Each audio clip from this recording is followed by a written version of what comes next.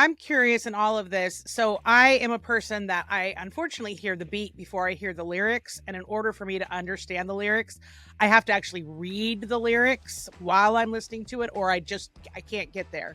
And so when I was younger, I would hear a lot of things wrong and just assume that I was singing it right. I'll give you 2 examples. The song I Want to Be Sedated. I thought it was, I want a piece of David. And I was always like, who is David? And why does everybody want a piece of him? Like, I don't understand.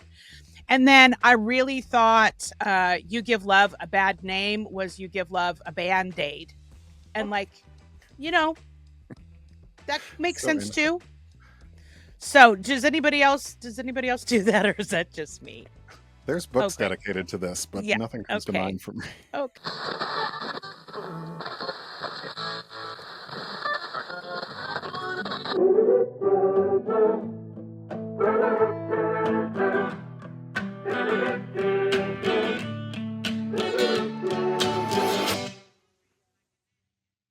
Welcome to the Sober Curator Podcast, where sobriety isn't just a lifestyle choice, it's the ultimate life hack.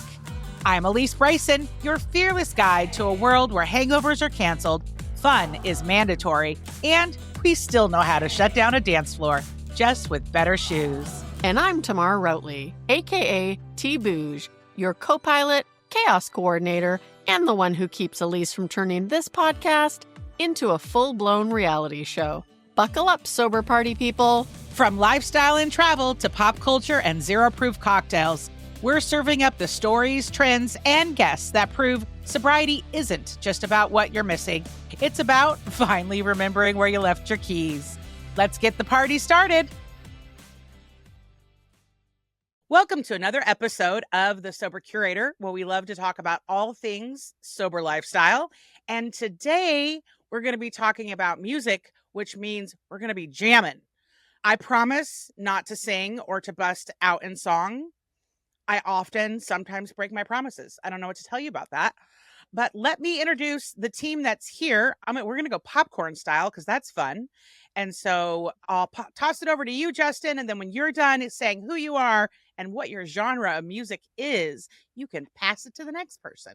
Well, thanks, Alysse. My name is Justin Lamb. I'm usually covering NA beers for our Happy Every Hour section, but I am down to clown when it comes to music. I've been playing instruments and singing for over 25 years, sometimes for money, and have a specific taste in music that kind of dabbles in different genres, but typically avoids country and rap, with some exceptions in each category. So primarily, I guess, like pop and rock, but there's a foundational interest in like 90s punk and ska that is important to keep in mind.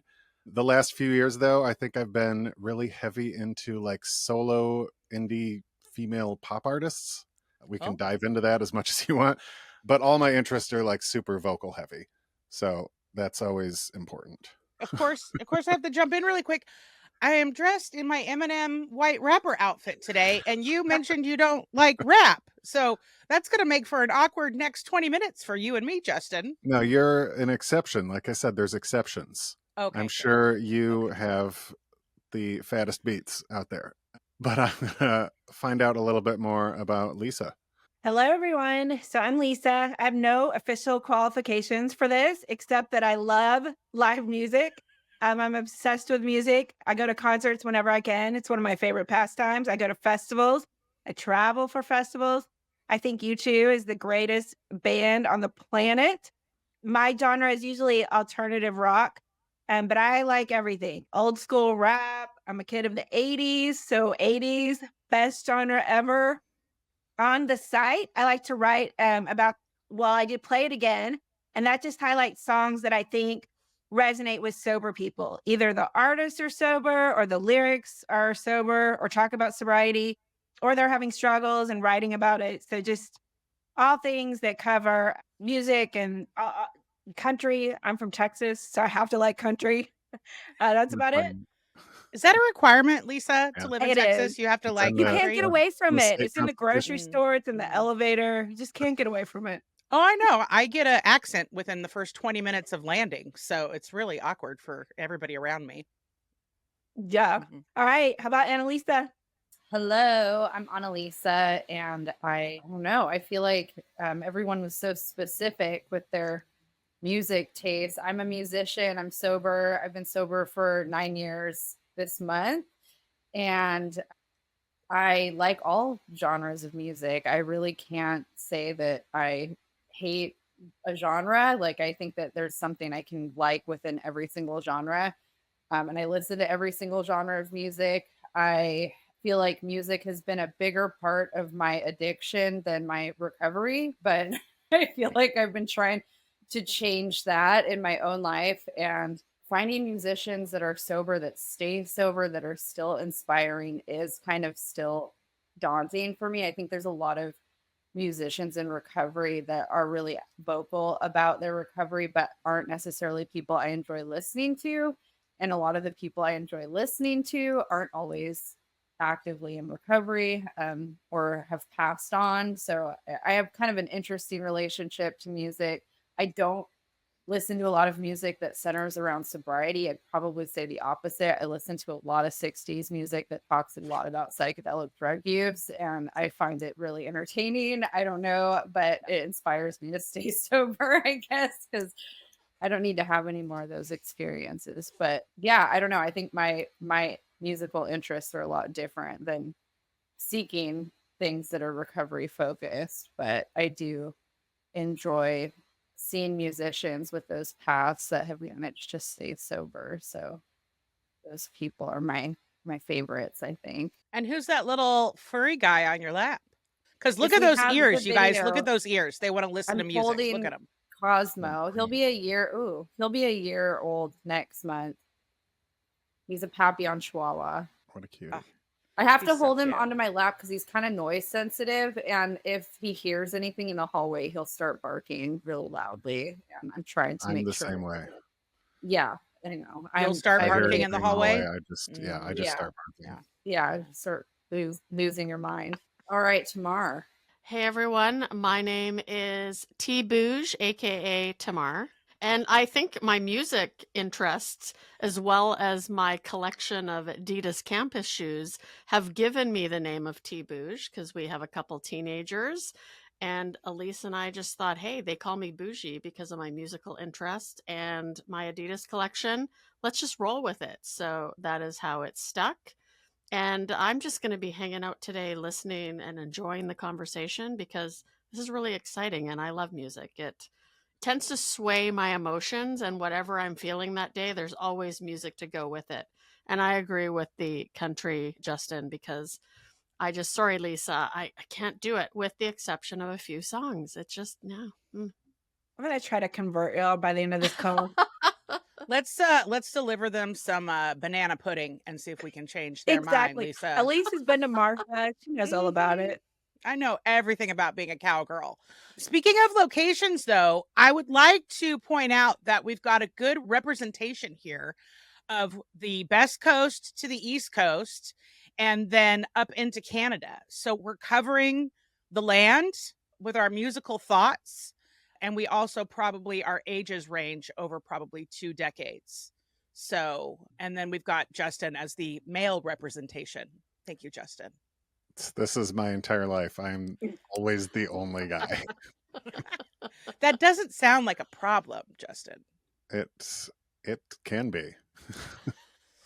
Well, let's jump into it. My first question for the group is, how do you curate a playlist for yourself? So I'm curious, like, when do you do it when you're going on a road trip or when you're going, on a long trip? Do you do it frequently? I don't do playlists frequently. I will put together a playlist and I will listen to it for 5 years. And then I will be like, it's probably time for a new playlist. So I'd love to hear how you all put together your playlist. Also, I identify as an Apple Music user that's trying to become a Spotify user, but I am Apple first. So I just wanted to properly identify myself. I want to support you in that because I'm also an Apple Music user, and it's real difficult, man. You try to send people stuff, they're like, I use Spotify, and now we're not friends anymore at all. It's awkward. It all happens so quickly. Super awkward. Oh my God. Can I address this question though? Because I'm curious about this. because I think it's a tricky question. And going back to kind of what Annalisa was saying about like sobriety and music, and I feel like when you get into entertainment, it's how much of sobriety is your identity, where you like need to narrow in on that to the point where, you know, it's an active thing, right? Like obviously there's some faux pas you might want to avoid, like Katy Perry's TGIF or like LMFAO's like shots. At the same time, if I think of songs that deal with sobriety, I got a real depressing playlist to listen to. Relatable, but super depressing. And I wonder about that as just like, how much does sobriety have to play into the idea of a playlist in this world under this umbrella? Can I add to that, because it's not already a complex enough conversation to have, but I also would like to know, because we've got a bunch of different lengths of recovery here. And so how has your playlist changed over the length of your sobriety or recovery, whatever word feels most comfortable with you? Okay, I'm done talking. I'll say something. I mean, I've been sober for 10 years. And I think for me, music has played such a big part in my journey because one, I have over 127 playlists on Spotify. I make them all the time. I do make them for road trips. I make them for certain feelings and emotions. I have one that's called Mellow, but it's not mellow at all. Like in terms of how you think that there are no slow songs really on my playlist. I don't like to get into my feelings and sit with those. My sober songs are like from Macklemore. And they're kind of like really upbeat, but you can tell it's kind of like if there are any 12 steppers out there, when people say certain things, you just know that they're working a program and you know they're in recovery. And that speak that I hear from different songs, those are the ones that go on my sober playlist. Like there's a song called Born Again, and it is not by any sober musicians. It's not about sobriety, but the whole idea of being born again, that is key to my recovery. So that made it onto my playlist. It's kind of what I resonate with when I'm thinking about recovery. And then for ritual, I have a Sunday morning ritual. After I got sober, it walked along with my faith journey. They're kind of hand in hand. So I have a Sunday morning playlist, and it's all about, songs that talk about redemption and, that new life, but they're very upbeat and get me going on a Sunday morning. I just made it kind of a ritual that I do every Sunday, and it has a lot to do with music. Can I just chime in on the Sunday morning comment? Because, well, first, I also want to say, as a therapist, when you say you don't want to sit in your feelings, but red flag. I also have a Sunday morning playlist of all the songs called Sunday Morning. Highly recommend everybody start your Google searches now. They're fantastic. Even just Sunday, you can shorten it and get a longer playlist. But they have to have Sunday in the title. That's the rule. A lot of really good ones there. Oh, I'm going to have to check that out. I have to say I'm going to identify as a Spotify. I'm Apple everything except for my playlist these days. But when I got sober, it was all Apple. I do want to state that. And I noticed I like, Alysse, that it's like the time of sobriety. When I first got sober, it was like angry stuff. I was, exiting a marriage. It was Linkin Park. It was really like heavy stuff, heavy rap. And I'm not a huge rap fan, but I definitely like some of it, especially the 90s. The 90s, that was a really, really great time. Alysse and I have rocked out from Portland to some good old 90s rap. But as I've, continued to stay sober, it has evolved. It's become more alternative rock, and I like upbeat music when I'm working out. I've started listening to Our Lady Peace again, and City and Color I love, and it's just, I love all music except for mostly country. But Alysse, you never know. Send me the what did you call it? The banana pudding? Banana pudding. Mm-hmm. Oh, yeah. And I'll listen to something. You just specify a song and I'll listen to it with the banana pudding and I'll report back. Maybe Adidas makes cowboy boots. I'll check into it. I'll curate a starter country playlist for you. And there we go. Sounds we good. will include that in the show notes, Lisa. Yes, thanks absolutely. for volunteering that up. That better have some like old school Johnny Cash. Of course. That's the only way to go. Yeah, you can always win me over with a female vocalist. That's most of the country that I Oh, go towards. yeah. I just noticed a couple of days ago, there are very few female vocalists I like. So maybe we need to compare notes, Justin. Yeah, if it's a early 2000s till now male country guy that's like lived in a band and a fan of pounds, can of pounds and a pants, and then I'm out. Sounds good to me. But you're It so good rules. at it. That That twang was going. good. You could fill in the lyrics. I wrote a little bit about Fiona Apple. I wrote a piece for the site about the Grammys and all the sober artists who are being featured at the Grammys. And I think that's really cool because I didn't necessarily, it wasn't necessarily my favorite music, but it was who was on the Grammys that was up for an award that was a sober artist. And so I was able to feature a little bit of their story in that piece.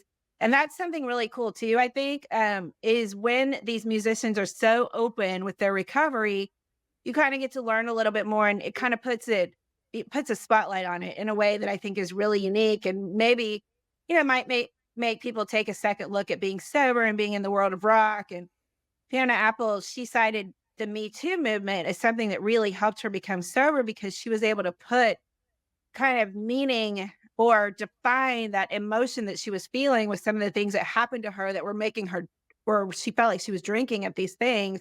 And then when the Me Too movement came out, said publicly, she was able to relate to it and call it what it is and move on and change and become sober. So that was a really cool thing that I learned about when I was doing research for that piece. Well, that leads me to a question, Lisa, that I have for Justin and Annalisa, because you both are musicians and you both do perform and you both do write songs. And I believe you did that before getting sober and also after getting sober. I'm curious to hear what your journey or your experience has been in writing songs kind of before and after. Well, I started writing songs when I was in elementary school. So I would say I started writing songs sober. I didn't start drinking till I was 16. So I wasn't Late bloomer. Yeah, I wasn't one of those people that was like only writing music when I was intoxicated. So, and I like grew up, like learning how to play instruments and in a really like theatrical music focused family. So I think I was always doing some form of creative writing since I was really little. Like that was very promoted for me. So I think one of the values that I had in my recovery and in my addiction was I didn't associate being intoxicated with being creative. Like I've never had that dependency that a lot of creatives develop where they feel like their creative energy is dependent on, getting high or being, under the influence of something, because that tends to be. Now, I think for a lot of people, they think once they get sober, they're going to lose this kind of ability to go into this space that alcohol or hallucinogens or whatever kind of inspires.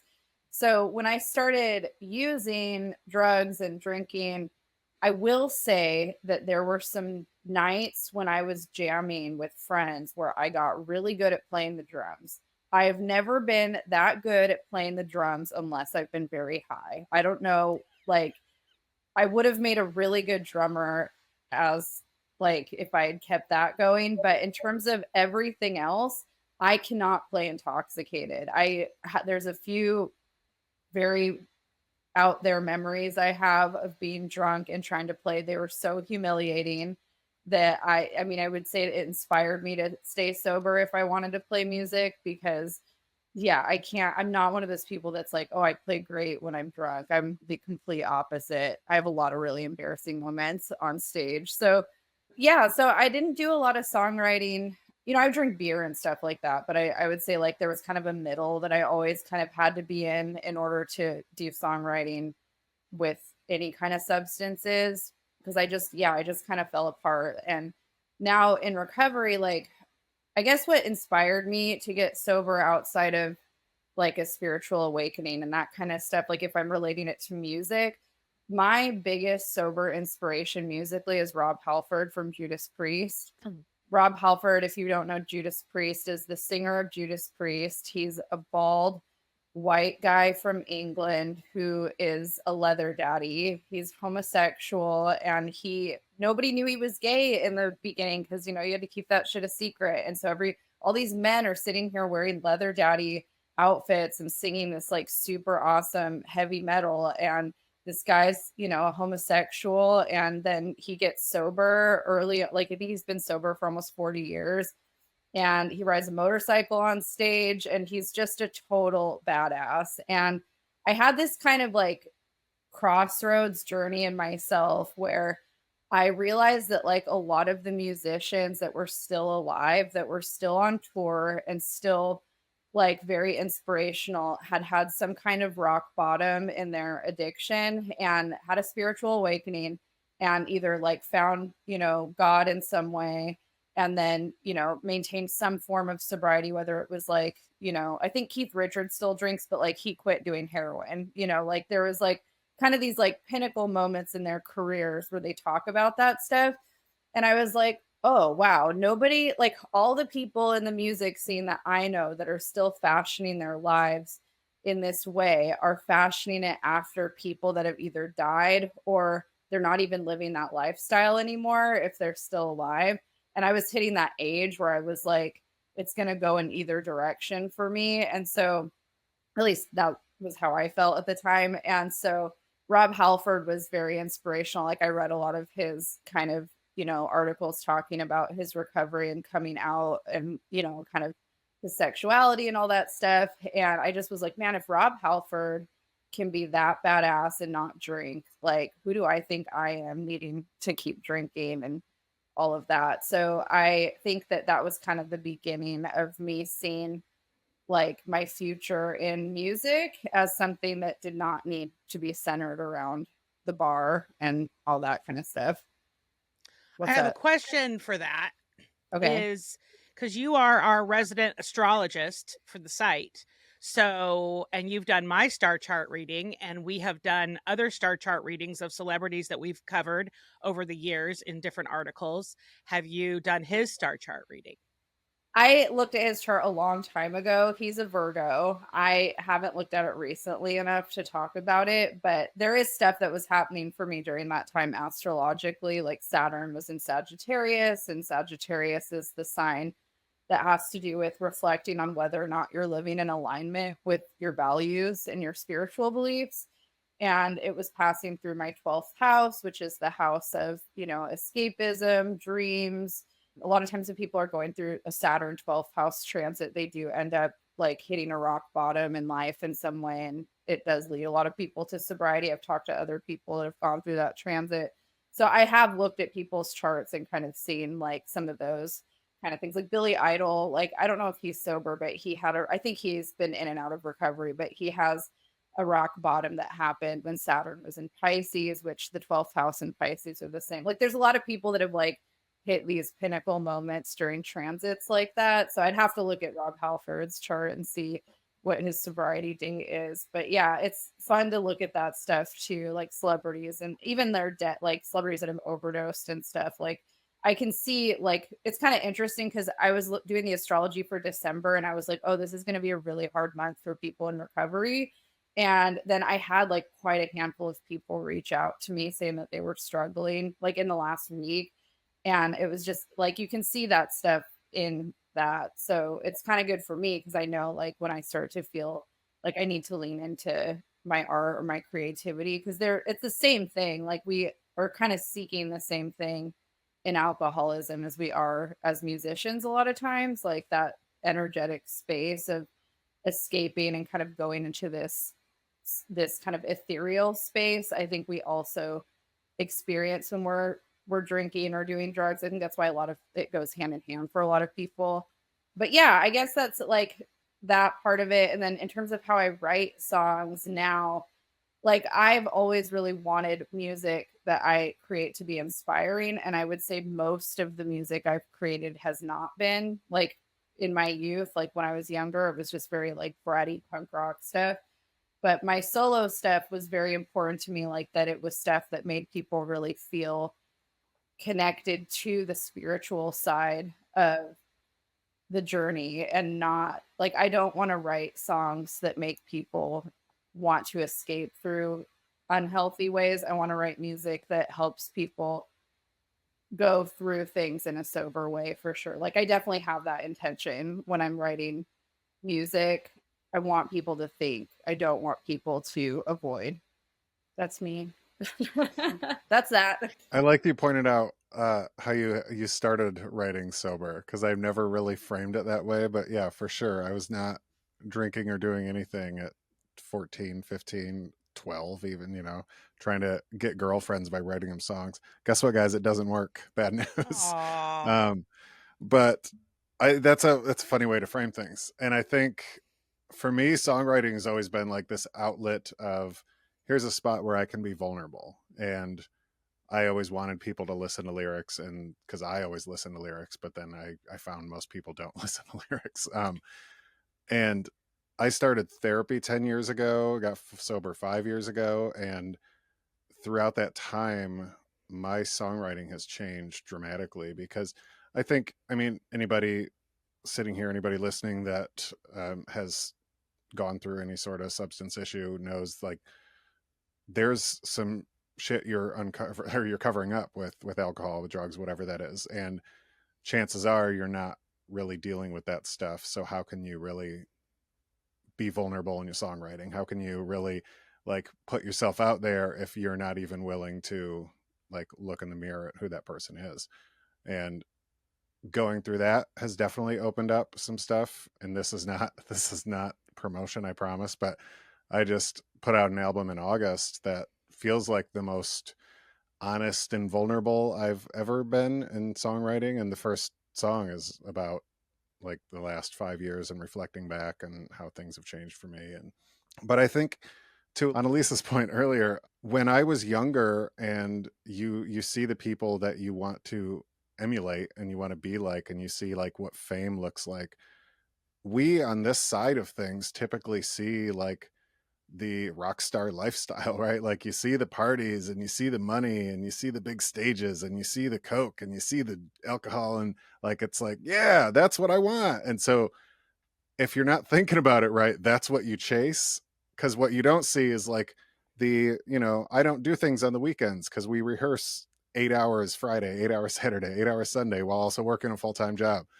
But you don't see any of that. So you just assume like, oh no, I just got to get in with this crowd and like start doing the right drugs. And all of a sudden I'll be that rock star I want to be. And you don't realize the amount of work that actually goes into like getting that level of fame and being that good at an instrument, even if that instrument's your voice. And I think there's a lot to be said about that, because we as a society go after like what's sexy and the hard work's not sexy. The partying and the big stages and the documentaries and all that stuff, that's the sexy stuff. But there's so much underneath that they don't show that maybe they should. So we're not chasing the wrong thing. I'm of course speaking to like little 20-year-old Justins out there. But yeah, to long-winded answer, my songwriting has changed a lot because I am more in tune with who I am and comfortable being vulnerable because of the work that I've done through therapy and sobriety, which kind of go hand in hand in that way. I just want to say, like, so you mentioned about people who don't listen to lyrics. I, for one, am so grateful for the lyrics that some of these artists are writing, because when they do write about their sobriety, I mean, it puts into writing what I'm thinking, but I cannot say. I mean, I love to write, and I write about all things except my feelings.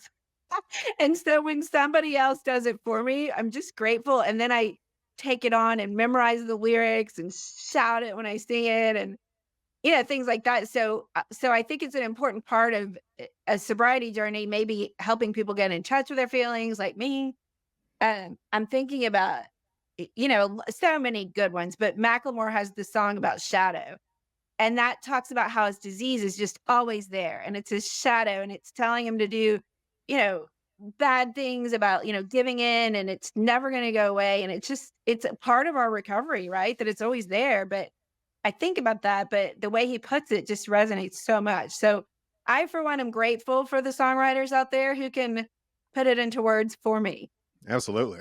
And I wonder too, this kept coming into mind as we've been talking, is what about like recognizing stuff you didn't notice before in songs? Yeah. And I'll relate that to like, right, you're a preteen and you're singing Salt and Pepper and you're like, this is about sex? What's sex? And then you get older and you're like, oh my God, they played that on the radio? That's crazy. And now I can revisit songs that I never once would have related to sobriety whatsoever. The one that keeps popping in my head right now is Amazing by Aerosmith. And I'm like, oh my God, that Yeah. he's singing about like getting sober. And then I looked it up and I'm like, oh, there's a bunch of stuff going on in this song. And Yeah. there's all these things that you can kind of hear for the first time based on your own experiences. And sobriety plays such a huge role in that lifestyle, Yeah. as Annalisa commented on earlier with, I cannot believe Judas Priest. There's so much information you just shared with me that I didn't know, that now I'm going to go down a wiki hole later about. But yeah, I'm going to stop talking. What's the song? I'm curious in all of this. So I am a person that I unfortunately hear the beat before I hear the lyrics. And in order for me to understand the lyrics, I have to actually read the lyrics while I'm listening to it, or I can't get there. And so when I was younger, I would hear a lot of things wrong and just assume that I was singing it right. I'll give you 2 examples. The song I Want to Be Sedated. I thought it was I Want a Piece of David. And I was always like, who is David? And why does everybody want a piece of him? Like, I don't understand. And then I really thought You Give Love a Bad Name was You Give Love a Band-Aid. And like, that makes So sense innocent. too. So does anybody else do that, or is that just me? There's books Okay. dedicated to this, but Yeah, nothing comes to okay. mind for me. Okay. It's not great. just you, Alysse. What's this song? Okay, so that song, God, who does it? Is it Africa? I don't know. This song, Hold the Line. Hold the line. Love isn't always on time. Bow, bow, bow. I thought they were saying borderline until like this year. Borderline. Thank you. It is I feel Toto. validated. It's Toto. I just looked it up. I was blown away because I love that song, and I saw somebody sing it at karaoke years ago when I was drinking. I was at a bar in Portland that was a karaoke bar called the Galaxy, and they were open on Sunday nights, and nobody was ever there. And I would go there with one of my buddies, or maybe it was Tuesday nights. I can't remember, but it was like some night where like nobody was there and it was just him and I didn't do karaoke. I'd only done karaoke drunk a couple of times, and I was like, or one other time at that time. And he would go and do karaoke and I would be by myself just drinking, watching him and he was terrible, like super bad. And then these 2 guys walk in, and one of them is kind of like this, they looked boring. Like they looked like they were from Gresham or something. And just like one was short and had a ball cap and looked kind of Italian and just kind of like a hoodie, not dressed in anything in particular. And then the other one was like a bigger bald guy and also like not dressed in anything particularly fancy or nice or anything. And, we're the only other 2 people in this place, and they get in and the bigger guy goes and sits down and he does Hold the Line. And it was amazing, like phenomenal. Like this guy should go on, The Voice or something. Like I was just sitting there, like jaw on the ground. Like I was like fangirling afterwards, and he was all like, yeah, like I know I'm good or whatever. But I've always had like that made me like that song a lot. And I just am like learning that they're saying hold the line. It feels like the Mandela effect, where like I change time streams and all of a sudden this is what they're saying. Because I saw it performed on karaoke. I've been listening to that song for years, and I'm like, how are they not saying borderline? Like, how am I just now catching up to that? Like it's freaked me out this year. This is the first time I've admitted it too, by the way. I've been keeping this stashed inside. So I kind of feel like I'm confidential space. We're here for you. Yeah, like I'm confessing right now that I've been having this internal conflict about this song all year, and I wouldn't have shared if you hadn't asked. I've learned so many lyrics through karaoke that I was like, oh, nothing specific comes to mind. But then in some ways that almost ruins the song for me. Because like, even if it's, there's lyrics that I won't know that I will gibberish through, and I'll never think twice about it. Like just be a shamaloo. Yeah, there it is. And you're like, shamaloo? What is that? I don't know. And then when I find out what they are, I can't make those same words fit in that spot where I've been putting gibberish for so many years. And it's very, very frustrating. There's a Sarah Bareilles song called, I think the song itself might be called Cassiopeia, which is like I don't know, your astrology. Come on. Isn't that somebody? But She says Cassiopeia. It's a lady's name, and I thought she said Casio piano. That's the only one that comes to mind right now. But Yeah, that tracks. Okay, so let's jump into sober shots. I'm going to give you speed fire questions, and you're just going to bing, bing, bing down the line. Give me your answer. The first one is you only get to live with one concert t-shirt for the rest of your life. Justin, what are you wearing? Counting Crows. It frames my Lisa? shoulders well. Lisa? You too, Joshua Tree. Of course you are. Tamar? T-Bouge? Our Lady Peace. Analisa? Is this one that we already have that we have to choose? I love that you have to be very specific. It can be a real one in your closet or just a makeup one in your mind. If I could have a vintage, like early 80s Judas Priest Screaming for Vengeance oversized shirt that was like really, really, really thin, that's what I would probably choose. That was very specific. Well, I don't have one, and I've wanted one for a long time. Okay, well, to our listeners, if anybody out there has that specific t-shirt, please send us your eBay account and we will donate immediately. There it is. All right, my next question, we just talked about karaoke, but do musicians love or hate karaoke? I don't know because I'm not a musician and I love karaoke. I don't think there's a general answer for that. I love it because I'm a ham. Give me a You microphone. are a ham. It's true. I have such a long, distorted history with karaoke that my sobriety does play a role in. If you guys have 2 minutes for me to share.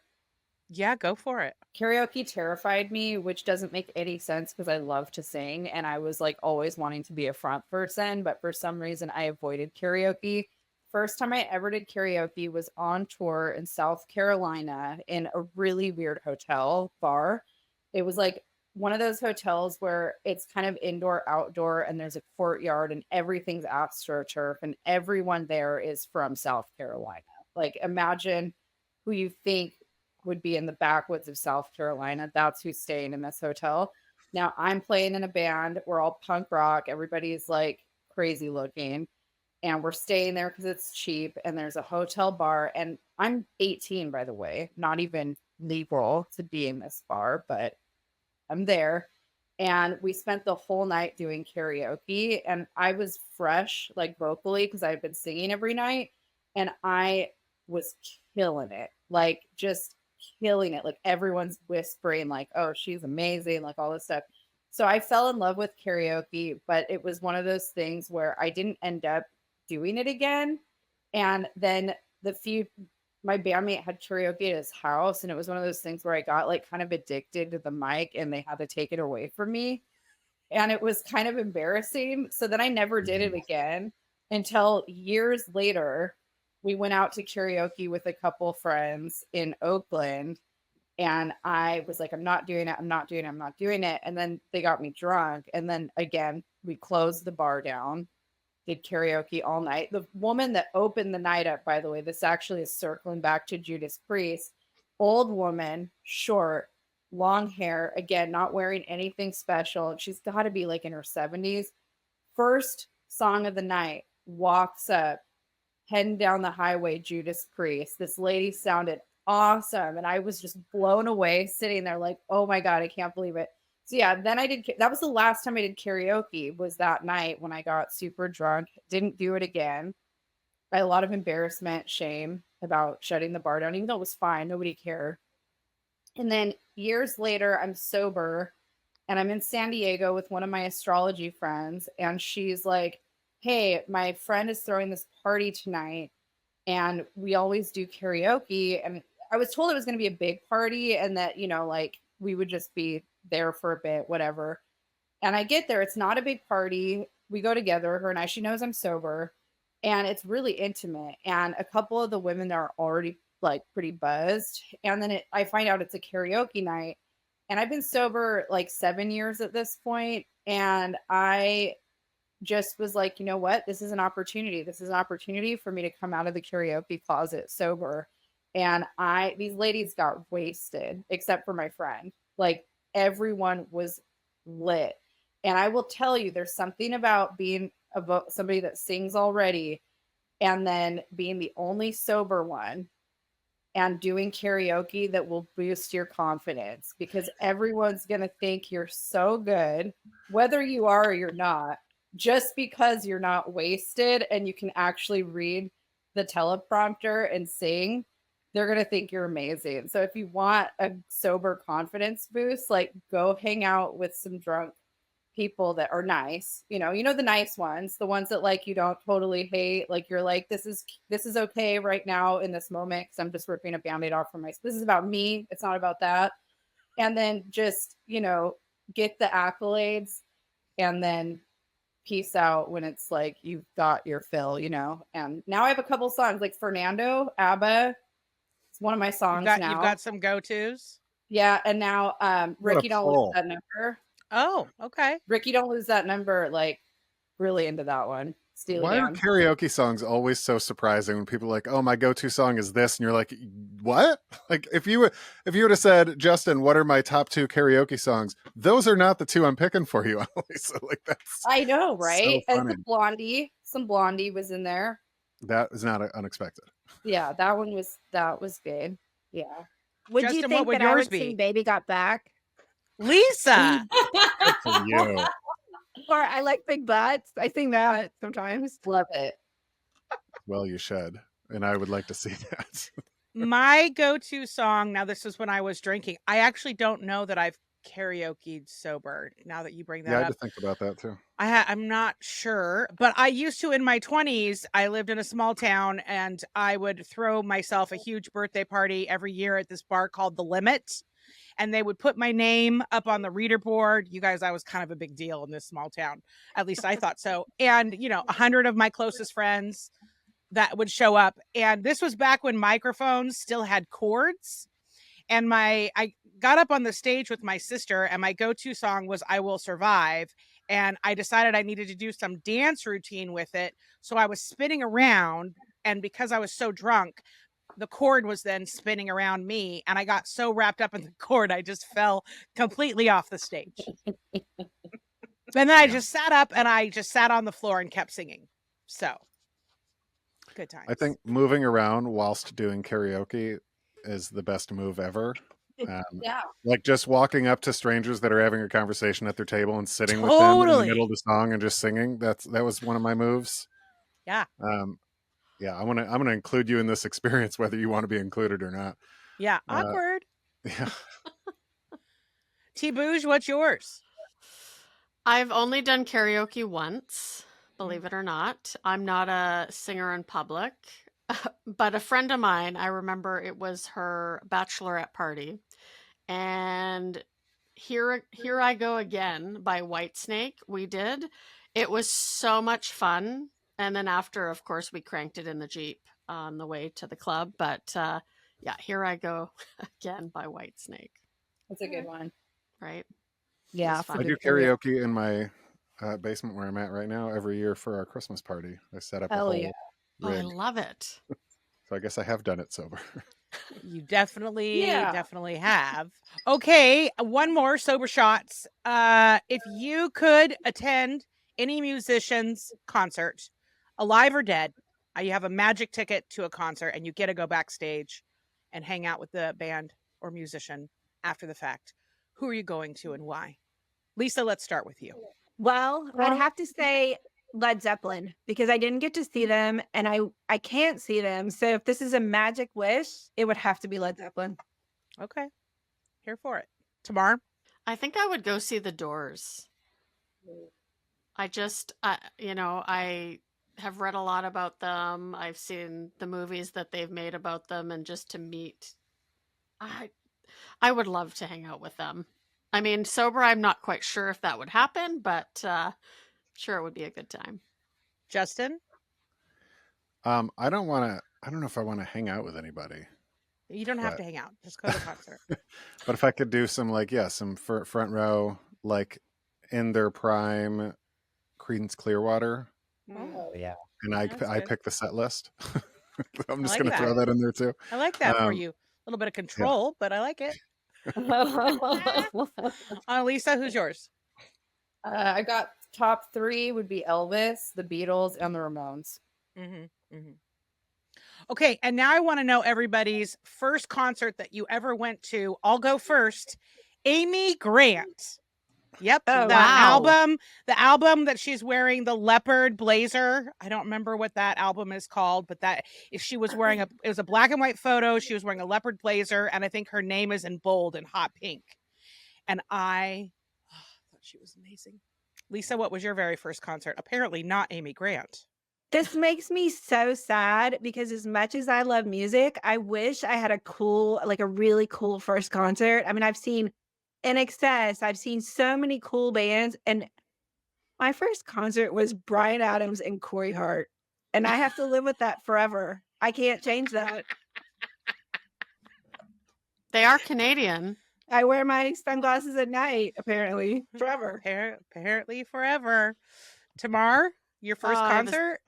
I have a similar story than Lisa, and my dad took me to this concert. I don't understand why he would think I'd want to go, but Lionel Richie. Ooh. Wow.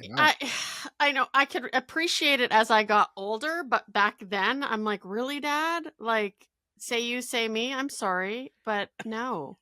Hello. Is it me you're looking for? I'll say you do karaoke. Very rarely it comes out. Justin? My mother likes to tell people it's Bob Seger, but that was my second concert. My first concert was Huey Lewis and the News. Oh, yeah. Oh, so cool. I loved Huey and Lewis in the News. Yeah. So I good. still do. Still do. Well, that is all the time we have today. But if you have not checked out our sober entertainment section on the site, you should. We've recently given the whole site a makeover, and you can see all the different types of content that we have. And the entertainment section is, as you would imagine, quite entertaining. And there is a special music section in there that will always be growing. So if there is a musician or a song that you think we need to include on the site, please reach out to us, slide into our DMs and let us know. That's all the time we have for today. Remember that getting sober matters. Staying sober matters more. Keep it real, keep it fun, and keep it sober.